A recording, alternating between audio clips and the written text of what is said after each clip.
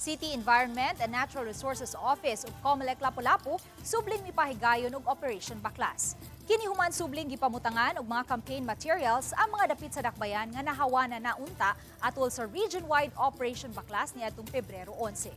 Matod ni Jocelyn Abayan, pangu sa CENRO Lapu-Lapu, gitinguha nilang himuon ang Operation Baklas matag Huwebes aron malibot ang tanang dapit sa dakbayan nga may mga campaign materials nga gipamutang sa mga dili designated areas. Gani 300 ka mga campaign posters sa nagkalain-laing mga candidates ang gipangtangtang sa dakong agianan sa Barangay Paho kagahapon. Base sa obserbasyon sa CENRO, walay mga eco-friendly o recyclable materials sa mga campaign posters nga ilang nakitang gipamutang sa nagkalain-laing dapit sa Lapu-Lapu City.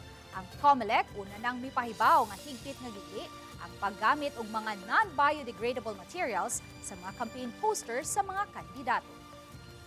Actually, the same raman ang tuan ang nakita na mga klase sa mga signages ba.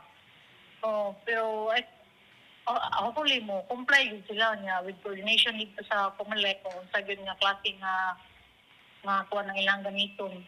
May ta makakuan sila dito, maka-present sila ba nga kani ilang gamit nga mga materials is made from kanang mga biodegradable na kuan materials.